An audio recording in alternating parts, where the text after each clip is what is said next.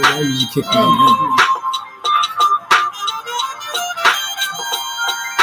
You ever been here? No, I just took it out yesterday. I need to get that Friday, man. I don't know. They come my smoke. So smoke out of that. I didn't hear that. Oh, it's not too much though.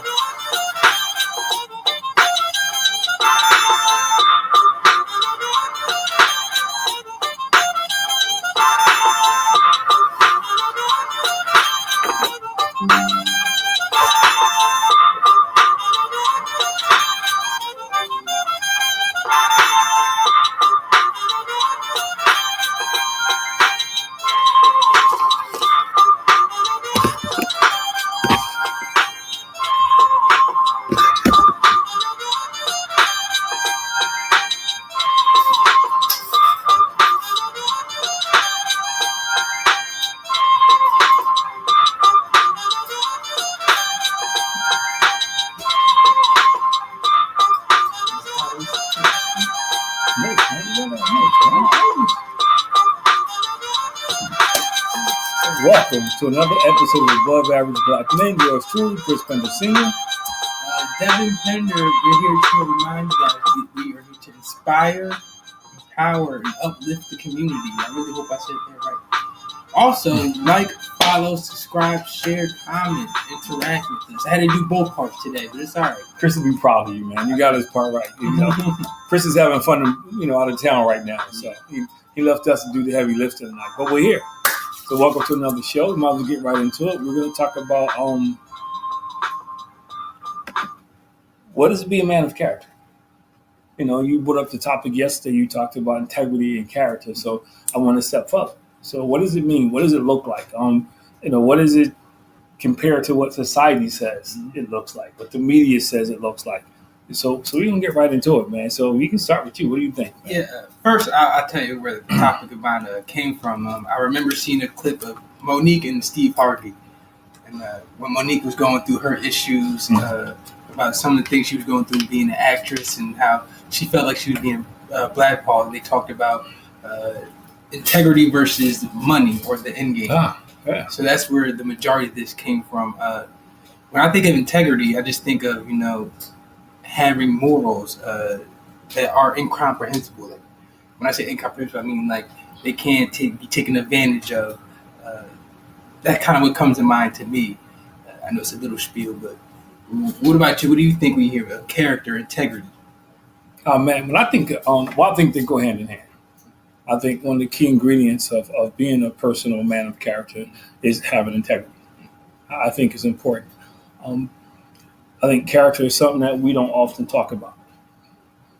You don't hear that, as much as you should. Yeah. Even when we talk about relationships and things of that nature, very seldom does somebody's character, come into question until something happens. It's like we don't dig deep enough to see, this person having what kind of character traits they have. It's kind of ironic because when I used to do workshops, even in corporate America, when I would do, becoming a person of character, man of character, it just depends on the crowd. And there's a lot of people, when you say character, think about a person in the play. And that's becoming more and more popular answer.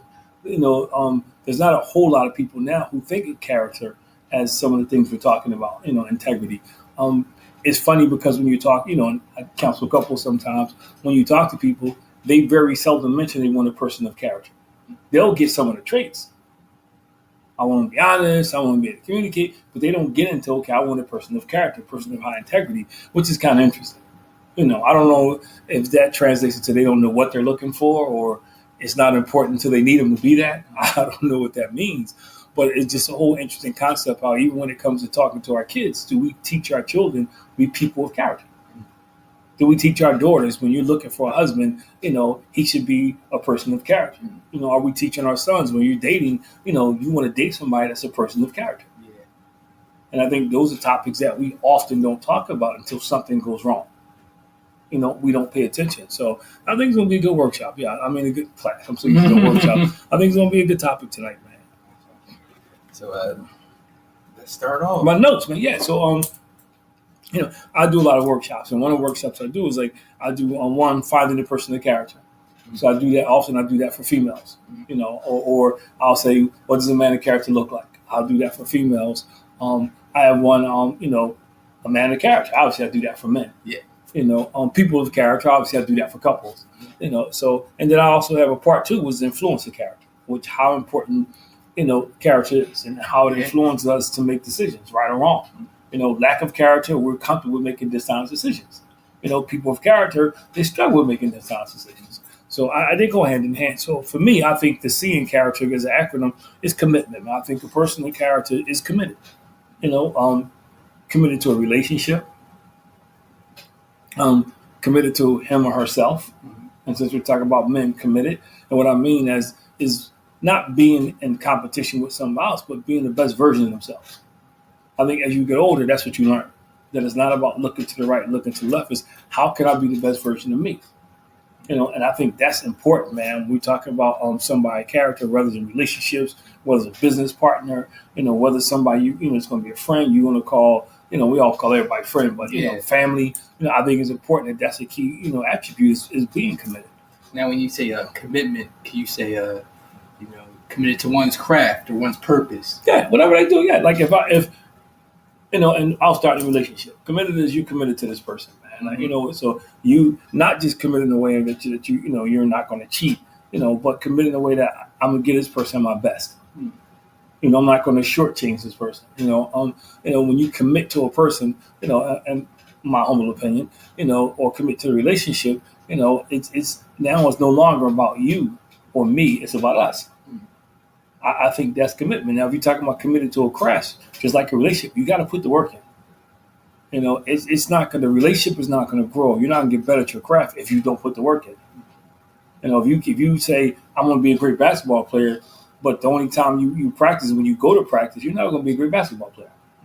Great basketball players put the work in before practice or after practice, outside of practice. Or both. So they do those things. People who have successful relationships, the work is not just about, when we're whistling Dixie and we're happy. It's about when things are going wrong or when things are going right, I'm still working on it.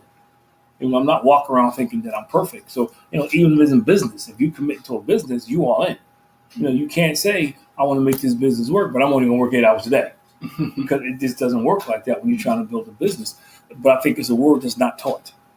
It's a word that's just not discussed enough that we just take for granted. Where do you think it gets lost in translation or like just in general? Where do you think people don't get the commitment from or that commitment piece? Hey, Wayne, well, I think it gets lost because we everybody wants a quick fix, man. It gets lost because commitment is usually something that's in the long haul. Whether it's when you decide to go to college, that's a commitment. I got 4 years, man, and it's not always going to be great, but I'm going to stick that to commitment. This is what I'm going to do. Yeah, or 5, whatever you are. If you go back to get another degree, that's a commitment. Commitment is I'm on this job, but I'm not making what I want to make, but I see the end game, so I'm going to work hard because I want to get the promotion. I want to get that. Or commitment in your relationship, that I'm going to do whatever I can to make it work. I'm not saying you stay in an abusive relationship. I'm not saying that. I'm not saying that, because you can't be in a relationship by yourself. I do understand it. But if you're in a relationship, both people's commitment should be to work as hard as they can to make it work.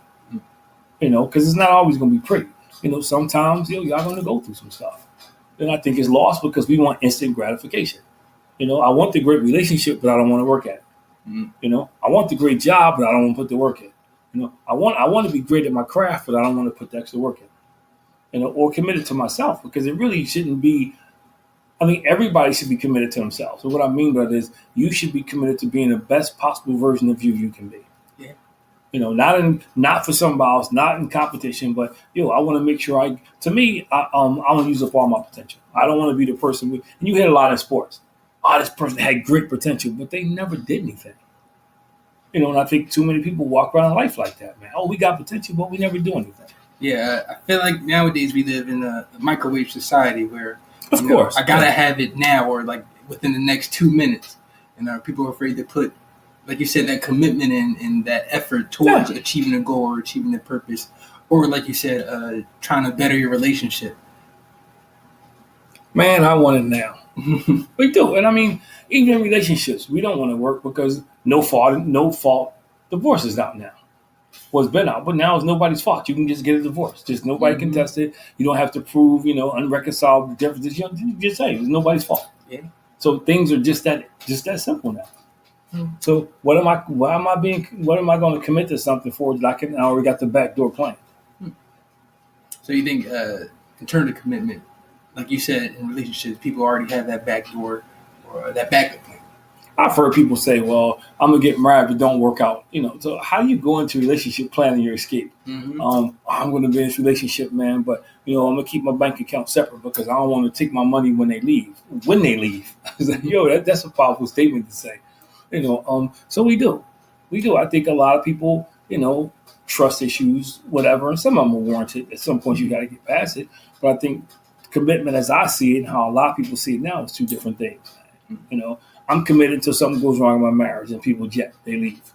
I'm committed until there's a little bump on the road in my plans to get ahead to be successful. I'm committed. We're going to commit. We're going to do the show. We're going to make it work. But you know what? After about a year, if we don't blow up, I'm kind of that's not committed. We committed to this.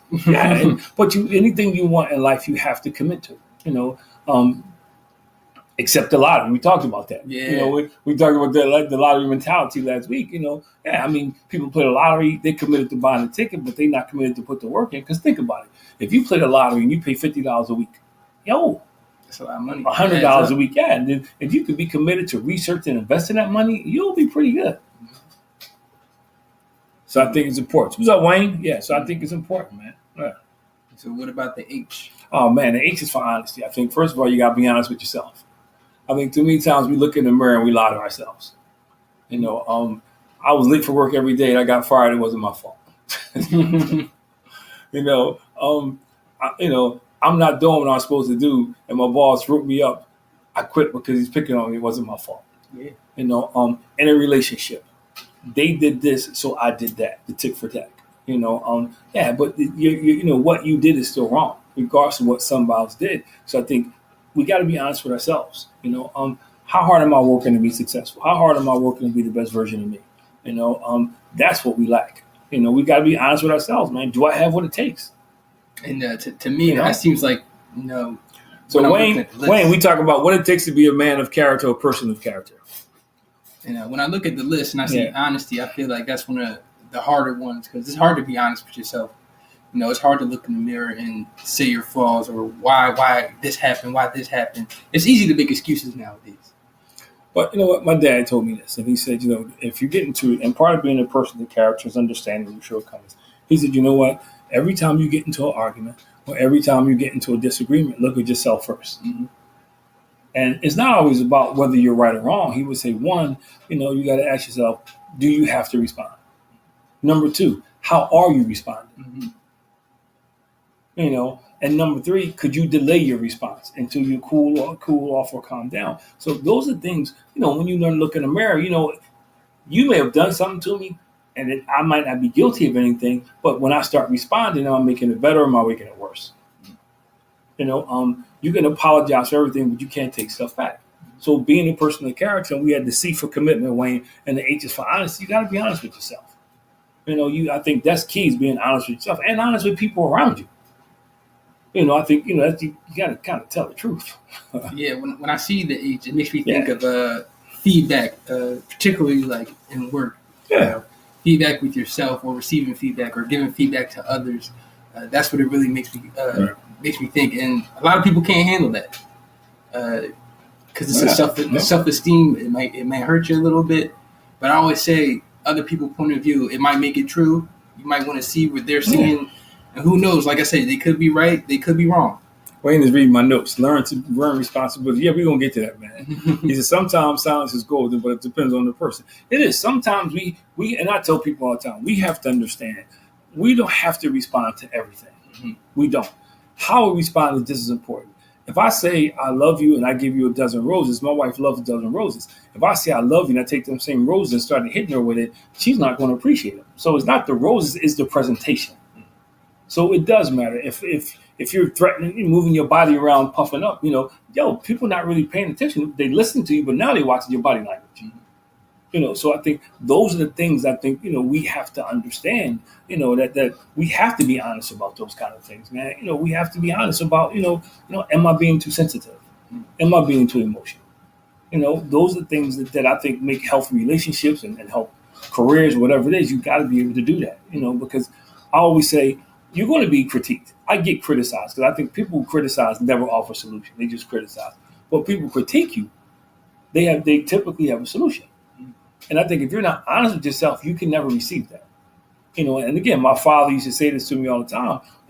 Don't let your perception screw up your reception. What he meant was, don't let how you perceive stuff prohibit you from receiving the truth because you believe it so much. You're so in tune, or you're such a strong belief and it's wrong, but you holding on to it. So I think a lot of times, man, people are not honest with themselves, man. And even in divorce, well, she did this. Okay, well, what's your wrong? You may not have done exactly what she did, or he may not have done exactly what you did, but what are some things that you're doing? That could create this toxic atmosphere of things of that nature. People they're not honest with themselves, man. And like I said, it's hard to do because then now you have to look at your faults or your wrongs. No one likes to be wrong. But we have them. It's human. We all have them. To be wrong. But we all have faults and we're wrong. Nobody's right all the time, man. And even when you're right, and it's funny because this is one thing I try to get across to my staff, the leaders on my staff. I tell them all the time, you can be right in knowledge but wrong in attitude. So you can be right because what you're talking about, you're right. And as far as knowledge is right. Mm-hmm. You can be right for what you're standing for. But if you're standing for with the wrong demeanor, it diffuses everything that you were right about because now I'm focusing on how you said it to me, not what you said, how you say that to me. How you treat me, how you looking at me, how's your hands, how you handle the conversation. So you're right, but you're wrong in how you're dealing with it. And I think a lot of times that's what happens, man. We don't look at it like that in totality. I'm right. It's like, people, this is my favorite thing, how people talk to people because they think they're right. That gives me the power to talk to people any old kind of way. And it doesn't, because like I said, you can apologize for everything, but you can't take stuff back. And I think it brings us to the next letter, A, in awareness. I think we have to be aware how what we say impacts people, how what we do impacts people. I think a person with character understands and cares about the people around him. I'm not saying you let people dog you out, but you understand and care about, if it's your relationship, whatever it is, a person of character understands that. He understands his responsibility. He's aware how if I shrink, if I don't hold up my responsibilities, or if I do this, he's aware what the possible consequences can be. And again, when I hear that, that makes me think of not just work relationships, but different relationships in life. It could be friends. It could be a significant other. Just the awareness of how you can say things that may affect people. You may go about it this way, but it can't be the same with someone else because they might take it a different way. I think the perfect example is when I sit down with couples sometimes and we're talking and they have a disagreement about something. 8 out of 10 times somebody says, it's not that big a deal what you're getting upset for. And that's the mistake. The mistake is I can never trivialize how somebody else feels. You know what I mean? I could never turn around and say, you should not feel like that. Because I don't know how you feel. I don't know what's going on inside you. So I think you have to be aware that if I say this and I hurt somebody, that it's not up to me now to determine if they should be hurt. You know what I mean? Well, that's just dumb. Okay, well, for you it is. But for that, it's like, I knew somebody once and playing around, remember you say that's stupid. Mm-hmm. And the person got real offended. Coming to find out, their dad called them stupid for a long time. So even though I didn't think it was that big a deal, and I didn't have the right to say, well, I can't believe you're getting offended. No, I have to be aware of what I said and how it impacted them. So now I can start to heal the relationship. That's what so many people walk around with, they're angry now. They most of them haven't told the other person what they're angry about. But that's because somebody wasn't aware about what they said and how they said it, how it was going to impact somebody. I feel like I fall into that trap a lot because, like you said, I may say something that I might not find as big of a deal. If someone said it to me, I would just brush it off. But that could really hurt someone's feelings at the end of the day, and it could really damage them for the worse. Vice versa, someone could be called stupid, and that might not affect them. But if I hear it, I get hot. You know how many relationships have been damaged and people don't know why? because somebody said something that offended somebody and the person never spoke up and said, hey, you offended me. Mm-hmm. They just stopped talking to the person, or they started treating them different, or they stopped coming around. Mm-hmm. How many kids don't speak to their dads, and how many dads don't speak to their, to their family. There's so many things, man, that we talk about what it means to be a person of character. Mm-hmm. But the awareness of how we impact people is huge. It's huge, and then we don't, then we don't do the repair because we don't know what's going on. You can't call somebody stupid or what are you dumb, and then turn around and say, and think, okay, well, what's the problem? Well, the problem is that they're offended, and whether you believe you did it purposely or not, you need to address it. You need to address it, and that's a big deal. I think, again, there's so many couples I'll sit down, I'm talking to couples, and what we're talking about, what we sit down to talk about, is not even really what we should be talking about. We'll be talking about because it gets on my nerve because he leaves the toilet seat up, and then, and then once you dig into it, further down the line, there's some other stuff that the brother doing that really starts to annoy her. Coming in late at night, man, or spending money he wasn't supposed to spend. But that's not what we're talking about. But that's what we really should be talking about. Yeah. And then the other person should be aware, like, yo, I'm married, I'm not single now, so I can't do that. She or he needs to be with it. I can't be nagging somebody 24/7. I can have a civil conversation, but I can't do these things because I need to be aware how this impacts them. See, part of being in a relationship with anything successful is understanding how the other person responds to stuff. And that's where awareness comes in at. And then the R is, what's going on, Derek? And the R is for responsible. And Derek said it and Wayne said it. I mean, men of character or people of character, man, they're responsible. They can be counted on. Their word is their bond. Stuff happens, but for the most part, if they tell you they're going to do something, they're going to do it. And that's part of character and integrity. Don't promise stuff you can't do. Yeah.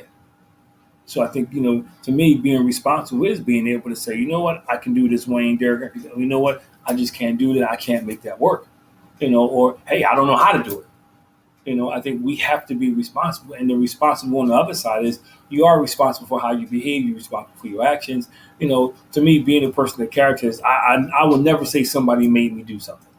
You never say, well, they made me do it because one, you're giving away power. You're giving power to someone else, and you're giving someone else the responsibility for you, which it should never be. But I think too, more importantly, when you're responsible, man, you all the stuff we're talking about, you are committed.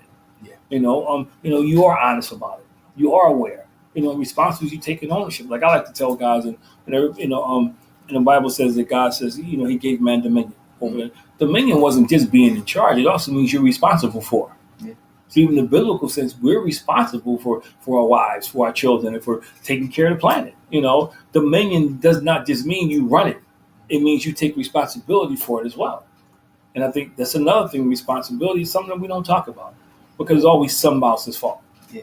Whether it's sports, whatever it is, it's always somebody else's fault. And I have people say, well, man, the coach didn't prepare us. Dude, you've been playing this game for 12 years. Come on, man. You know what you need to do to win a game. There's certain things that we have to step up and be responsible for. How many men walk away from their families, man, not taking responsibility and start a family somewhere else? And now you got women walking away from their families. We did a show on it. Yeah. Now we got women walking away from their families saying, I don't want to do this anymore. It's becoming more and more prevalent. You got women abusing guys now. It's that epidemic out here. Yeah, it's things are flipping because nobody's being held accountable. We'll talk about that, but nobody's taking responsibility, man. Yeah, and that's very true. When I hear that, it makes me think of, like, for example, when I went to Cheltenham, I knew, like, I had friends that would act up in class and do different things like that. But I knew I couldn't do that because practically every teacher, they either knew you or my brother or my sister or my mom. And I would definitely hear about it later. So I had a responsibility not only for myself but for my family just to uphold the kind of character that we are or character that we bring to the table. And like I said, just keep on that straight and narrow path. But the true test of responsibility is being able to do something that you don't want to do, but you have to do. That is the true test of being responsible. That is definitely a true test of it. And the A is for accountability. So the C was for commitment, the H for honesty, the A for awareness, the R for responsibility, and the A is for accountability. I think we have to allow people, one, to hold us accountable, and we have to be able to hold other people accountable. I think it's impossible to be a person of character if you don't give people that power in your life. So let me ask you this real quick when it comes to accountability, because nowadays I know it's hard. It's hard for people to keep themselves accountable, but also other people, just because you're afraid of the reaction you'll get. So, like, how would you, I guess, go around that? Because you could try to hold someone accountable, and they'll snap out on you, or they'll bring up a time where, you did this. What about you? Okay, I'll give it to you in 3 ways. I'll give it to you the first way, athletics is a perfect example. You don't get better unless somebody holds you accountable. If you go out there and you get 20 turnovers a game and nobody says anything, you don't keep doing 20 turnovers a game, man, unless you take responsibility for yourself and try to fix it. Typically, you don't, because it's okay for you to be careless. So you have to watch it. Same thing in relationships. Somebody has to hold you accountable. You shouldn't be rolling up in the house 5 o'clock in the morning. You married, man. Yeah. There's some things that you should not be doing, and some of us, we need somebody to hold us accountable. And it's a good thing to have somebody hold you accountable. Who's a dude you can call up when you're having a tough day and you're like, I'm ready to cash in, man. I just had enough. Somebody out there should be able to hold you accountable. You'll buck up. This is what you need to do. That's wrong. You need that in your life to be successful. Even in business, you don't want to be in business with somebody that's not going to hold you accountable. Let you just do whatever you want to do, and then you run the business down. And they say, "I knew that was going to happen." Yeah. You want somebody that's going to hold you accountable. So we don't like it, and I think we think of accountability as somebody telling us what to do. It's not. Or getting bossed around, or something like that. It's not. It's having somebody. It's having checks and balances. It's having somebody in your life say, you know what, this is what you need to do, or dude, you just acting a fool right now. And we need it. We all need somebody to do that. How do you find those people? Because you definitely have friends that are, some might be yes men, like, oh yeah, do that, but then after something horrible happens, oh yeah, like you said, oh, I wouldn't have did that. Versus there's certain people in your life that will tell you in advance, like, yo, you probably shouldn't do this. Well, I say this all the time. The question is that a real friend? Mm-hmm. If somebody says, if you're talking to somebody and you share something you want to do, and you do it and it crash and burns, and they say, I knew it was going to crash and burn, is that really your friend? Man, I wouldn't have did it after the fact. Is that really your friend? See, my friend would interject before that. At least he would give me something to think about that, I can use this to help make my decision. He ain't going to let me crash and burn and then turn around and say, I knew that wasn't going to happen. So I think that's part of the deal too. And I think accountability is hard because accountability is like look in the mirror. It's like somebody's holding the mirror up to you and say, yo, don't do that. Yeah. Don't act like that. I think that is so, so, so true. See, and when I see accountability, it makes me think of specifically like a Kanye West. You could tell, like, super confident, but you could tell there was no one really there in the beginning to push back on what he was saying until now. It's kind of out of control. Yeah, Wayne says some people take the easy way out. Yeah, and they can't. They can't handle the pressure. Yeah, it is. And I don't know what the no is, Wayne, but so you have to kind of explain the no. Mm-hmm. But yeah, but see, the other part of it is you can have people around who don't hold you accountable, who just pump you up because they're getting stuff from you. Yeah. That's the other side of the thing. Mm-hmm. Or accountability kind of is tied to norms. And what I mean by norm is something that you do. It's a regular routine, something that you do. Some of us, our norms are so screwed up. So we think we're being held accountable, but I got somebody holding me accountable who thinks what I'm doing is okay. Because everybody's doing it. Everybody did it. So how can I hold you accountable? If you stealing and I'm stealing too, I'm not a pretty good accountability partner, man. And I think that's a lot of times we don't get people who say, look, hey, you know what? This is the deal, man. That's not acceptable. I'm not mad at you. I'm not angry at you, but I'm going to hold you accountable. That's not acceptable. And I feel like that's a real testament to someone's, some of your friends' character. If they are willing to tell you that, hey, man, this is wrong, I feel like you want to have more of those people around and you really see their true character. Yeah, it's part of the growing process. Mm-hmm. It's part of the growing process. I love our new technology. That made everything so much easier. Yeah, we're all getting up, moving stuff around. It's like, yeah, baby.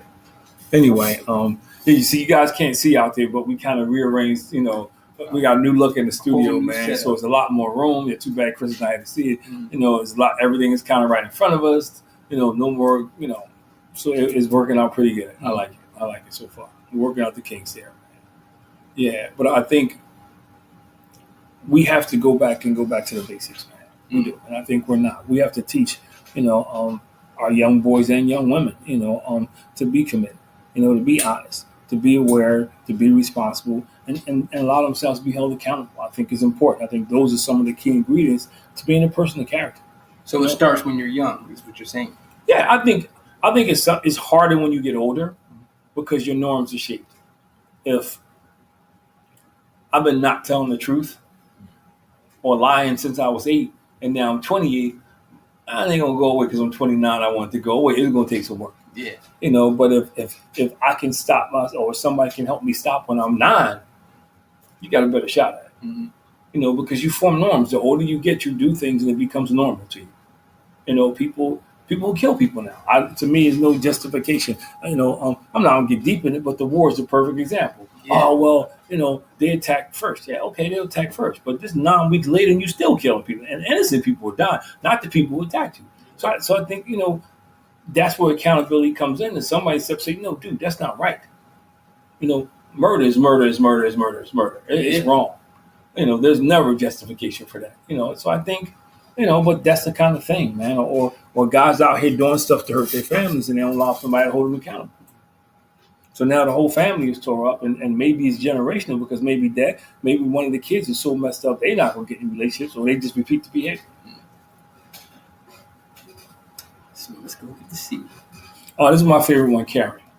I think being a person of character means that you have to care about others. I don't mean care in the sense that you crying and stuff, but you need to have a genuine care for other people. Like empathy. Yeah, empathy. Yeah, not sympathy, empathy. But you should, and it shouldn't matter to you when stuff is happening to people around you. It should matter to you when things start going a little, wacky for somebody else. But I can't say you my buddy, we family and all that. And then when you go through, I just kind of, you got to care. You got to care about yourself. That's the other one, man. You got to love yourself, man. I think that's the hardest part. Is a lot of people don't love themselves enough. Because of what somebody else said. Yeah. Because somebody else's opinion. And it's funny because in some of the workshops I do, I ask, how many of you like to be controlled? Nobody raised their hand. Okay, how many of you does it matter what somebody else think? So, okay, you just raise your hand, you just contradicted yourself. Because you are being controlled. Because you want to do whatever you can to have this person think the way you want them to think. Mm-hmm. So who's controlling your behavior? I feel like it's human nature that people do care what others think. Nah, it depends on who it is, man. I'm past that point, man. Well, you can obviously get past a certain point. Because I remember there was a time I cared what a lot of people thought. But it depends on who it is. I mean, I'm at the place in my life where I realize there's always going to be somebody. There's always somebody, man, that's just going to be opposite. There's always somebody that's not going to like you. There's always somebody who think they can do better than you. There's always somebody. But that's their problem, not mine. That's how I look at it, man. I do. And I think that's where the caring comes back in. You have to care enough about yourself to practice self-care, man. I was just about to say something. You got to care about yourself enough to say that I'm not going to let somebody else's opinion rule who I am. Now, you got to be honest with yourself. Don't say that if you are what they say you are. But I just think we don't teach that enough, man. We don't teach our kids to be caring. We live in a society where it's like dog eat dog. Man. Everybody look out for themselves. Yeah. Now, is it right to say, like, I care about myself enough to not really let what you're saying affect me? Is that what you're kind of saying? Man, I say it all the time, man. You do. It was funny because I was in college, I used to say this, man. And certain group of people used to call me conceited. Because I used to say, nobody loves me more than I love myself. Because you're in college, there's a bunch of cliques in college. People don't understand that. Yeah. And it's not just the frats. It's the frats, it's the basketball team, it's the baseball team, it's the cheerleaders, the football team, the music department, the teaching department. Man, it's just so many cliques in college. And, people act like it's not. You got the nerds. And it's just everybody has its groups. There's so many groups. And some of those groups have subgroups. And that's just not who I was. So I used to tell people, I love myself. Nobody's going to love me more than I love myself. Because the picture everybody was, you got to get in this group, man. It's like having a family. They hit you with the spill. I got a family. I'm good. Now some people like that stuff, and that's cool. But for me, that wasn't going to win me over. Because, we got a family. And it's laughing because I was telling somebody this last week. Had somebody explained to me about some of the social work frats they did, the community services, I probably would have pledged. But all the parties and you got a family. I got a family at home, dude. And I had friends outside it who were like family to me, so I wasn't hurting for family. Yeah. So that wasn't a hook for me. And I think so. But it is that happens to so many people, man, because they don't have anybody to care about them, man. They don't care about other people. So I'm selfish, and it's like animals. It's like a lion. Lions, they hunt. They don't hunt the strongest animal. Their preference is the ones that get separated from the pack because it's less work. That's the reality of it all. We got to care enough to keep people in the pack. We got to care enough to not let people get separated and get picked off. And I think that's what we as society, we just don't do a good job of that. So how is for someone who may have been, not only care about themselves for a long time? I know you said it takes time, like you said, for accountability. How do you build up, that caring side of yourself, that empathetic side? See, now I'm gonna give you probably not going to probably think my answer was kind of wishy-washy. There's things I'm going to say, but it all starts, you got to want to do it. And this goes back to what we said before. Until you admit something is wrong, you will never address it. So if you think it's everybody else and not you, you're not going to work on it. I'm a caring person, but you're not. And everybody says it, but you. You got to, so you got to work on it. But I think, one thing you got to do is if you're finding yourself saying, I am me a lot, you selfish. If a lot of your conversations about I and me, you're selfish, man. If everything I, me, you're selfish. You're not selfless, you're selfish. So I think that's one of the indicators. And how you do it, you just think of other people, man. Like, I was in church. I tell people when you pray, you should pray. Your prayers in the morning should always include somebody else, not just for you. You should. And we talked about it. I was talking about MLK and his speech. I Have a Dream speech wasn't just for Black African Americans. It wasn't just for Black folk. If you read it, he dreamed that the white kids and Black kids were going to play together. He dreamed of a greater America that included everybody. So it wasn't just, I got a dream and it was just for him. My family's going to be okay. It wasn't. So I think we have to care enough about people to include them in our dreams. We got to care enough about people, man, to care what happens to them. Now, how do you think that has gotten lost in society? Because everybody look out for itself, man. I mean, that's just the way it is. I mean, you watch a game. You watch a game. We're watching a game, man, and you hear him now say, "Oh, that was a business decision." Yeah. Because so somebody from somewhere else got to come make the play. Come on, let's not look out for your teammates, man. Or another example, when you see people, they got a chance, man, to maybe I can win the championship. I can win a scoring title. They taking that shot, man, because they want to win a scoring title. James Harden. Dude, man, it's about himself, man. He says he all about the team, but when you listen to him, it's always about him. Being the stuff. Yeah, I am the system. That's a selfish dude, man. Yeah. That's a selfish, arrogant and cocky too. So I think, that's part of it, man. So, he cares more about himself. That's what happened to Ben Simmons. Now you can go, I wish I would have stayed with the Sixers. It's too late. When you were all into yourself, you blew that. Because again, you can take stuff back, but you can't apologize. That's very deep. Yeah, so I'm just saying. I'm assuming you're gonna apologize, but you can't take stuff back. Yeah. Sit it backwards, yeah. And then I think the T is teachable, man. We always have to be teachable. I think too many times, especially as men, man, we're not learners. We're not learners, man. We sometimes we think we got to have a response for everything because we got to be in control. You just don't do the things we need to do to stay on top of things. And I take it when I'm dealing with couples, and the guy, the Bible says, fine, but would you follow you is the question I always tell people to ask themselves. Would you be honest with yourself? Would you follow you? It's nice to sit down and say what your wife should be doing, but would you follow you based on what you know about you, based on your performance, based on? I'm not talking about some hypothetical stuff for what you want to be. Right now, at this stage of your life, would you follow you? And all this goes hand in hand because that goes right with the honesty part. Yeah, it's like you really have to look deep within and be like, would I really follow my own lead? So, and what are some of the things you need to be a better leader? Leadership is about influence. It's not about. There's a lot of folk who desire to be a leader, and they talk a lot of stuff. They do, but they're typically when I hear people who have a super strong desire to be a leader, not all the time, but typically they got a chink in their armor. You know, I want to be a leader. Why? Because I want to tell people what to do. That's not the heart of a leader. Man, I want to be a leader. Why? Because I want to get all the benefits. I want to be why? Because I get to get up front.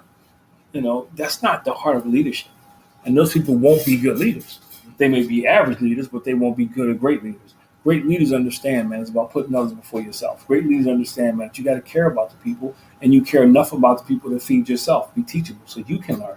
I can't feed you if I'm not learning. You know, if the minute I adapt the philosophy or the attitude that I know everything, nobody around me underneath me is going to grow. This is not going to happen. And when I hear teachable, Yeah, that just makes me think of the willingness to get better. You know, the desire to the get desire. better. And I think about, I know we talk about sports a lot, but it's true. If you want to get better at basketball, volleyball, you have to be coachable. Yeah. You have to want to learn and actually want to grow. I think that's another thing that's lost in today is, like you said, everyone thinks they know everything. Yeah, they do. They do. And I mean, look at you see it in the pro game. Coaches talking to them, they looking all over the place, man, or, you know, they're just not paying attention. Yeah. The Jordan Poole effect, you know? You see it all the time, man, yeah. But you don't grow. You don't grow if you're not teaching. But I think, especially with a lot of those people, is you've been called and you've been told that you were good for all your life. It's kind of hard to take some of that criticism, and they see that teacher moment as, oh, this person hates me. Yeah, but you got where you are or because you were teachable at some point. And that's the difference between people becoming stagnant, whether it's in a relationship, because you're in a relationship and your significant other can't talk to you because you got all the answers. You know, that's why your relationship is not growing. You know, you're on your job, man. You're not getting promoted, man. Things are not happening because you're not doing what you're supposed to do, man. And it's a big deal. You know, it's a big deal, man. So if you're not teachable, people don't want to be around you. No, they don't. I mean, I don't want to be around somebody who thinks they knows everything because they can't learn. If they're not learning, they're going to probably prohibit me or judge me because I'm trying to learn. You can always learn and grow. Yeah, you should. You should seek to learn and grow. I feel like that's just how, you know, especially I feel like in your day and age, more people were willing to seek those answers. Sorry, I didn't mean to say like your day and age. No, you know what I mean. Like, we had this discussion. I don't know. I just see it's funny because some things I don't think you can measure by the time it occurred in. Because I think social media has changed a lot of things. So we know more now because of social media than we did back then. Yeah. It's easy to say now because social media is out there, so you see people when they make the dumb mistakes. You know, like the pictures of Jordan Poole. You weren't seeing that when I was growing up. You know, so even if we heard about it, we couldn't visualize it. You know, you didn't see. Now I'm older, and with social media and the media period, I see things like and I can do it in real time. Yeah. Not a week later or the next day. So I think that has a lot to do with what we're seeing now. You know, and again, because we are a soundbite, one image society. And what I mean by that is we get duped by sound bites and one image. So like everybody just automatically assumed, you know, because you hear the story Michael Jordan got cut, you know, that he was this terrible basketball player. He wasn't. Now he wasn't Michael Jordan, but he wasn't. You know, when he was in North Carolina, he went through some growing pains. He did. You know, they didn't know he was going to be Michael Jordan. The running joke was, who's the only guy in the history playing basketball to stop Michael Jordan? Everybody say Dean Smith because he didn't play him. You know, so I'm just, you know, it's an old joke when I was growing up. But I mean, that's part of, you know, you got to be teachable, man. And you got to want, you know, and see, if I want to win bad enough, I'm going to be teachable. And I think it's the same thing in life. Because I want to win in life, I'm looking to learn, man. You know, whether it's Wayne or whether it's Derek or somebody saying stuff, that's part of being a person of character, being able to develop yourself, being able to stretch yourself and allow others to stretch you. So when you see teachable, do you think of the importance of having like a mentor in whatever aspect of your life? That's a whole show. That's a whole show. What I found, most people, not all, but most people who ask you, in my case, to be a mentor, they don't follow through. They don't. They'll say, yeah, you know, and they start off on fire, then they disappear. They disappear, man, because, again, I don't want somebody to tell me what to do. You know, I want to make my own decisions.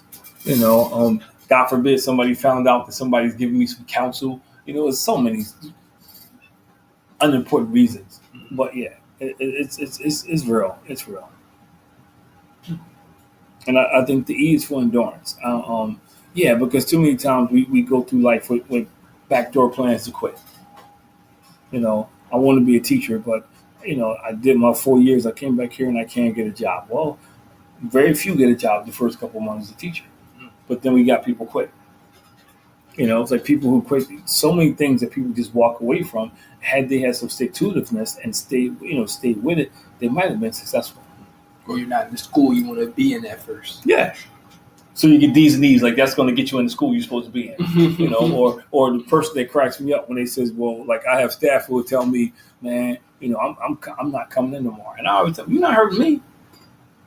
One, you hurt yourself because it's payday, or it's a day you won't get paid for, and two, you hurt your coworkers because I'm not the one filling in for them. That's more work on. Yeah, I'm right. I'm not the one that got double work to do now because you decided to take off. And I'm not the one that because all this you're doing, who somebody over me may want to have a conversation with you about your attendance, or when you get fired or something, or you can't get a raise because your valuation is low because your attendance is low. And like you said, in terms of like, especially with dating, like you're with somebody, but you're on these dating apps as well too, or you're DMing people on social media. I think just in case something happens. It's hilarious because I see a lot of well, that's part of my fast now. So when you go on social media to post about the show, and my devotion in the morning. But it's funny, I see a lot of it now where these ladies are telling people to stay out their DM.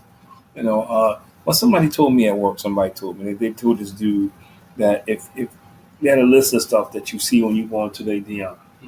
Before you get in, like if you married and you got kids, all this stuff, man. If you're unemployed, they list all these things, boxes that you check that you can't get in. But that's a sidebar. But endurance to me is, and I start in a relationship, is being able to weather the storm. It's not always going to be perfect, man. I'm sure Wayne and Derek they may have some stories. It's not always going to be perfect, but when you talk about endurance, you weather the storm. You don't quit just because it got rough, or you don't quit because you don't see better days. You don't see better days because you're not opening your eyes. You don't see better days a lot of times because you focus on what's going on right now instead of how do I make this better. So I think endurance is that same thing in professional corporate America. I took my first job in corporate America in a mailroom just to get my foot in the door. I never forget it. And I remember people laughed at me. Oh man, you're the best dressed guy in the mailroom, man, because I wore a shirt and tie. And people laughed and laugh, and I laughed all the way past them. So I got promoted all around them, and I was able to go on and do some other things. So endurance is huge. It's huge because one, everybody's not going to see what you see. You can see something clear as a bell as what you need to do, or this is what you want to do, and it's always going to be people who don't see it. So you got to be able to stand that, man, or you're going to be constantly changing directions because people don't see what you see. I think that's important. And two, life is not easy. It's not supposed to be easy. It's not nowhere that I've seen that it told me it's supposed to be easy. So you have to be able to endure some hardships and some trials and tribulations. It's a part of this journey. You said something interesting, especially career-wise. When people don't get the promotion they want, they automatically try maybe look for another job or different things like that, and don't understand that it's not always green on the other side, or something could happen and they realize you may be the right person. I'll have people leave a job for 50 cents.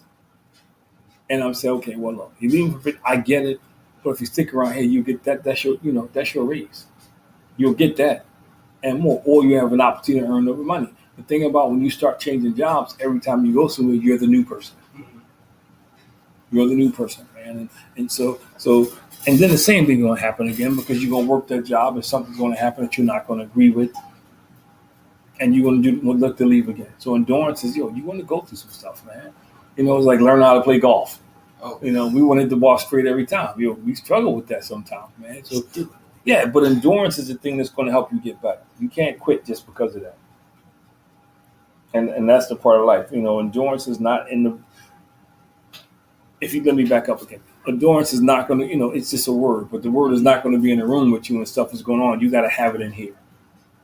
And you got to be able to say, you know what, this too shall pass. I'm gonna ride this. I'm gonna ride this out. And I think most people don't. There's always going to be trials and tribulations in anything you do. It's life, man. It's life, man. I mean, it's because it's life and we're humans. And some of the trials and tribulations are self-inflicted because we make bad decisions. Get our own way. We make bad decisions, and we can sit here and blame other people, but we make bad decisions sometimes, and we got to pay for it. That's just life, man. I want to apologize to the comments we're getting on Podbean. I don't know what I got to contact them because again, now I can't see the comments. Now we can't see them again. They fixed it last week, and now we're right back at the same place. But anyway, so for that, I apologize. But you can call on one of the lines if you're on Podbean. But go ahead. So the R thing. Reader, man, you got to read, man. I love the reader part, man. You got to see. This is people understand, man. We were in a meeting and somebody said, "Well, what's some interesting fact about yourself?" And I said, "You know what? I still read books. You know, all the crates I got back there, books. I'm bringing them out slowly. Not audio books. You know, I read paper books, because I'm stretching myself. I'm always trying to get better. You know, I can't pay attention with audio books. They don't hold my attention. You know, if I'm in a car listening to it, you know, I'm zoned in on something at work, or I'm turning here and turning there, turning there. I'm just not really, so I don't get fed that way. You know, but I love books. I love to read. I can read more than one book at a time. You know, reading 2 books over there now. You know, slowly filling up. You know, because we had to rearrange, so the office area is set up, and that's another reason. You know, because of the office area, because I need it. The way I have my office set up is to help me mentally, because I can see it, I can digest it. You know, so whenever I come down here to the man cave, I gotta get in CO mode. I gotta get over there because I'm running the company. I'm trying to get stuff done, so I know I gotta spend time over there. Now, quick question: what made you really want to go with reader out of our things? Like, man, because, not realism or realistic. Because I'm like everybody else, man. Not everybody. Most of us, I hated to read. You know, I went through that time stretch. I went through that test when I was out of school, man. Only thing I want to read is the paper, you know, or magazine or something. And I'll never forget, somebody pulled me aside and we were talking. They said, "Yo, you know, I know you're going to school," because at that time I was trying to do some other stuff. He said, "You got to start reading." He said, "Reading is the cheapest, most in-depth way to educate yourself." You know, because, you know, you can't, unless you record it, you can't rewind what somebody tell you. You in class, you know, you can't just rewind it. He said, but when you're reading, you can go back years later to that page. Years later, you can go back and read something. You know, he says, when you read it, you can like stop it right there and meditate on it. And, you know, or you can go grab other resources. So reading just was such an advantage, man. And growing up as a kid in North Philly, reading was how I saw it outside the neighborhood. Reading helped me create a vision for being outside the neighborhood. So I think that's so important that we read. You know, and I think we need to pass that on, man. Like, we got to stop. Everything can't be on computerized. Everything doesn't have to be TV. Sometimes, let's read. That's the way everything is going now. It's computerized. Yeah, like but it's done on purpose. It's done on purpose, man. It's almost, when people use the term, you ever notice how the people who sell that stuff, they dummified it or they dummied it down? It's no coincidence. There's no coincidence because they are. Because despite all the modern technology we have and resources we have, we're getting dumber and dumber by the generation. You know, and I know, I'm sorry people won't get offended, but that's the fact of life, man, because we don't read, we don't understand what's out there. You know, read about a job before you go for the job. You know, instead of you go for the job and, you're only making, because you see the pay. 16, not even the pay, you go because you don't understand what it does. You know, or reading this, you can do it with your kids. Like, I rearranged this because of my grandson. I was talking to Mackenzie, we said, we going to start coming down here and reading. Because it's away from everything. It's quiet down here. You can start reading. We got some books and stuff. You can read. I can read. You got to instill that in people because that's another way to grow. It's another way. Like I started the word of the day. A little behind now, but I started the word of the day because I read and I want to increase my vocabulary. Not because I'm trying to impress them, but as I get older, I want to be able to articulate things better. Side note, that was one of my favorite things when I was younger. We used to read together down here in the basement. Because reading is important, man, and it is a way to bond. But I think when you read, man, at least for me, that's my learning style. I'm not a lecture guy where somebody go up there and lecture for, I got to be really paying attention to get that stuff, But if I'm reading something, I can retain. If I'm reading something, now I can go back to it. Like if you want, most of my books you'll pick up as highlights all in them. Heck, my Bibles, all you see in Bibles, dog it, because I highlight stuff because I want to go back to it. if it's audio, I got to go back and find the space and all that stuff, and I don't have time for that, man. I can go back and look at it, and I can just stare at it sometimes and meditate. Like, man, what is this saying to me? So I think to me, reading is so important, man, and it is, and it opens doors for you. But with the attention span nowadays, some people can't even really sit down and like focus on the book. But that's why they don't have an attention span, because it takes discipline. So what you got to do is, like, when I got away from reading for a while, I just didn't just start. I said, you know what, I'm gonna read this book, and I'm gonna start by reading a chapter a day. I'm reading a chapter a day. You know what? I'm reading a chapter, whether I comprehend it or not. I'm gonna read this chapter a day. So when I first started reading again, there's was times I had to go back and read it, because I really, after a while, because I hadn't read in a while, I was just like going through my system. But I wasn't even processing it. But I'm going to set this time aside. Like now, I get up in the morning. I come down here in the morning. I get up, get myself together, come down here in the morning. It's quiet. I got my music on, man. I'm reading, I'm meditating, praying, doing what I got to do my devotional, go upstairs, get the breakfast situated, man. But I start every day off with reading. Every day. And at night, that's nothing. I was sitting upstairs in the room, but then your mom, I had to put the headphones on because she looks at TV. So I come down here and I just read before I go to bed. And then the other part about reading, if you read the right stuff, it eases your mind, because you're not going to bed thinking about a bunch of crap. You're thinking about what you read. It's the other reason why. It is. Now, but it's true. Now, as far as, that's the whole character acronym, by the way. As far as that, I'm sure people will want to hear, who helped shape your character growing up? Oh, man, my dad, first of all. Big John, my dad. And it was for a couple reasons. One, my father was very well known across the city. It was he started as a park guard, then he became a regular cop, then he became a detective. And I couldn't go anywhere. And once they heard my last name, Big John Pender, Bob Smith, my high school coach at Dallas, he knew my dad. Never knew.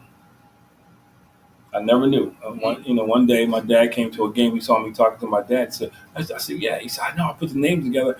I played American Legion. American Legion was, it was really competitive. And I would be somewhere, and my name and people would look like, yo, you're Big Johnson, because my name in the book. Even up until he died, I was working for an organization, and the guy came in to serve a subpoena. To subpoena somebody, and he said, yo, I got to get it. I got to deliver this to somebody. I got to give it to him in person. So I said, hey, the person is not here today. He said, well, can you sign this affidavit saying the person's not here today, and I come back tomorrow? I signed it. Man, we spent 30 minutes talking about, because he knew my dad. That helped me, because I couldn't do anything or go anywhere without him knowing. So that kind of shaped my character. And my dad was big on character. He used to tell me before we left, every time before I left the house, yo, I don't have much to give you but my last name. Don't mess it up. My mom played a huge role in that, man. Because I had such great respect for her. I did, man. I had, and my mom could look at me and I would cry. And then my grandma, you never got a chance to meet my grandma. She the picture on the wall. Yeah. My grandma was the same way, man. She was like, yo, character was so, she used to tell me all the time, man, you may never have a lot of money, but money comes and goes. But your character is something that'll speak volumes about you every day of your life, man.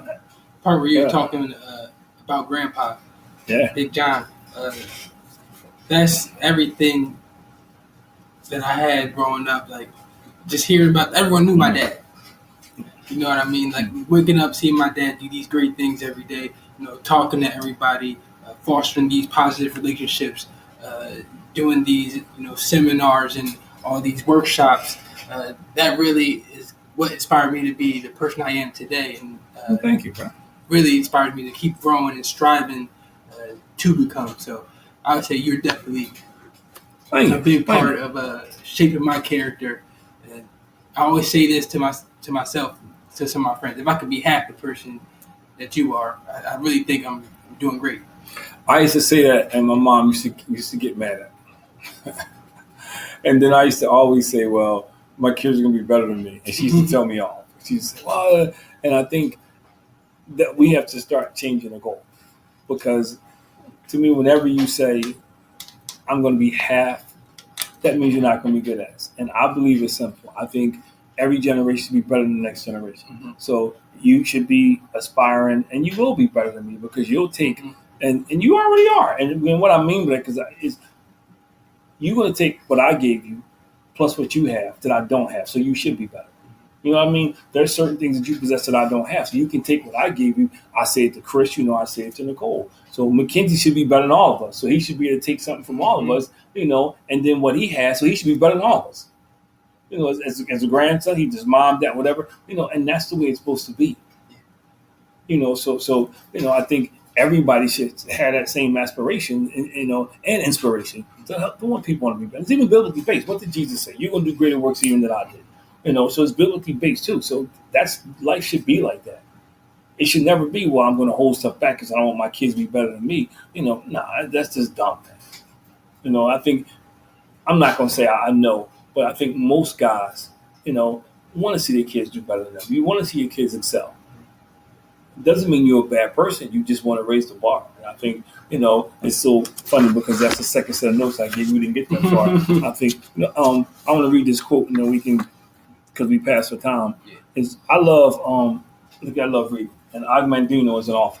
So I don't know. You should check him out, man. He has a couple books. The World's Greatest Salesman is probably one of the best books I've ever read. It's not about selling, so if you're out there, it's not. But it is. It's called The World's Greatest Salesman. So one of his quotes in the book is amazing. And The World's Greatest Salesman is about these principles to be successful principles, but they're also the biblical principles. And they're principles that you can use today. But one of his quotes is, he says, "Today I shed my old skin, which hath too long suffered the bruises of failure and the wounds of mediocrity." And I was like, wow. Yeah, man. I was like, there's some stuff in the book. You gotta get the book, man. Yeah. It's called The World's Greatest Salesman by Og Mandino. And he said that, that we all go through that stress that one day we got to stand up. If we want to change and be better and become the people we were created to be, that we got to shed the old skin, man. The thinking, all that stuff we used to think, the habits we had, we got to shed it and let it go. And he says it, man, and as long to, and we do. And a lot of the stuff we had causes us bruises and failures. We got to shed it, man. I do have I know we're getting close to the end, but I do have just one more question. And this pertaining, towards like monetary things. What do you say to someone that is their character is easily affected by, it could be money, finances, or tangible products? What would you say to that person? Well, it's two things, and I'll go biblically based first. The Bible talks about that, man, how the love of money, corrupts, and it does. Because, first of all, it's human nature. Anything we love, we will probably fight and do anything to keep. Whether it's our woman, whether it's material things, whatever it is, we will. And that's the problem when you have a love of money. You hold on to it so tight. You do anything to get it. So now we talked about it earlier. Now your morals, you're compromising your morals. You're not a person of character. You're not a person of integrity, because it's about the dollar. That's all that matters. And that's why you see people get divorced. They get rich, but they get divorced because they neglect their families. People get rich, they get all these health issues. So now the money they got, they spend it to take care of themselves because they didn't take care of themselves. They neglect their own health. So money is the root of all evil. Not the money itself, it's how we use money, how we view money. I would tell them that. The other thing I would tell them is, be careful what you pursue, because I said that on my devotion this morning. Be careful what you pursue, because you might catch it. So you got to be careful, man. You out here chasing money, and then, how many people hit the lottery and they're broke because they didn't plan for it? Tons of people. How many people get married, and now they're complaining because they didn't plan for it? You got to plan, man. You got to sit back and you got to say, okay, you got to have a plan. You got to have a vision, and if you're just chasing money, and I say it all the time, and I'll say this to everybody I meet, when I figured out to stop chasing money and start chasing God, the money came. When I was chasing money, I was working 3 jobs, hustling. I was just hustling, trying to get stuff done. Man, I had a cleaning company. I was just trying to get stuff done. And then when I said, you know what, I can't do this anymore. I'm going to stop chasing because I want to spend time with my family, different things. And everybody kept saying, well, when you get there, you can. But the problem is, you work so hard getting it, you never get there. So if you do get there, by the time you get there, kid's wrong. You done missed everything. So I wanted to have those moments, and now I could do more for Mackenzie, the grandson, than I could for you guys. So that's, chasing money. it's like the hamster on the wheel. You don't get there. But when you chase God, now I know this ain't a religion show, but when you chase God, He'll put the rest of that's going to come. I guarantee it, unequivocally, I guarantee it. If you adopt that philosophy that you know what, I'm going to chase God. Oh, congratulations, Wayne. Thank you. I'm glad you put that in there, bro. When I made the decision, I'm going to chase God and stop chasing money, things begin to turn around. And I have to remind myself, because when you, especially like I kind of, when you're running your own business and doing other things, contracts come and go. You don't keep one contract forever. Dollars on contracts change based on the economy, based on who's in charge, so all that stuff comes into play. And I got to remind myself, man, you know what? I'm not going to take on 5 more contracts to take up, I'm just going to trust God. And He provides. You lose one, He'll get you another one. That's just how it works. It's not perfect, and I got seasons and everything else, but I truly believe if you trust God, man, if you trust God, everything else is going to come, man. It'll fall into place. I really like that. It will. I guarantee if you adopt that philosophy, it'll fall into place. That's awesome.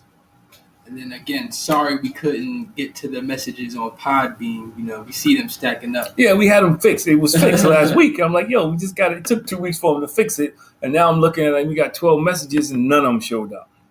So again, we're not ignoring y'all on Podbean. We see the messages coming through. That's just a quick fix that we have to do. But another great show.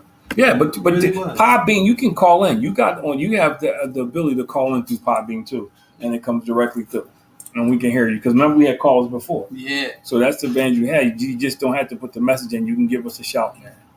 All right, but another great show, Above Average Black Men. But we're here to empower, inspire, and uplift the community. And like, follow, subscribe, share, comment. Join us on Instagram Live if you like. We're on all different platforms. Podbean. We got the hoodies on. Again, sorry Chris couldn't be here. Yeah, and this was a coincidence. We didn't plan this. I should put it out today. Yeah, but again, another great episode. Join us next week. If you want to give us an interesting topic to talk about, let us know. Above Average Black Man, that's A2BM on all platforms. iHeartRadio, we're on Podbean, Facebook, Instagram, TikTok. Yeah, TikTok. I gotta post more TikTok. Yeah, so we are out there, man. We are out there, man, and Spotify. I forgot Spotify. So you can catch past shows. But if you can send me a message either way. If you got a topic, we'll research it, dig into it, and hey, maybe you can come on and be a guest. We have Zoom guests too, so you don't even have to leave your house. We can put you in here through Zoom, man. We got all the technology now. We got like 4 laptops sitting up here. You gotta take the show on the road. We are. We invited somewhere. That's the next thing. You got someplace you want us to come, man. Young people, whatever, not so young people, we love to come set up and have a show. Love to come and have a show, man. You can even supply the topic. All right. Thank you again. Love you guys. Appreciate you guys. We will see you guys next week.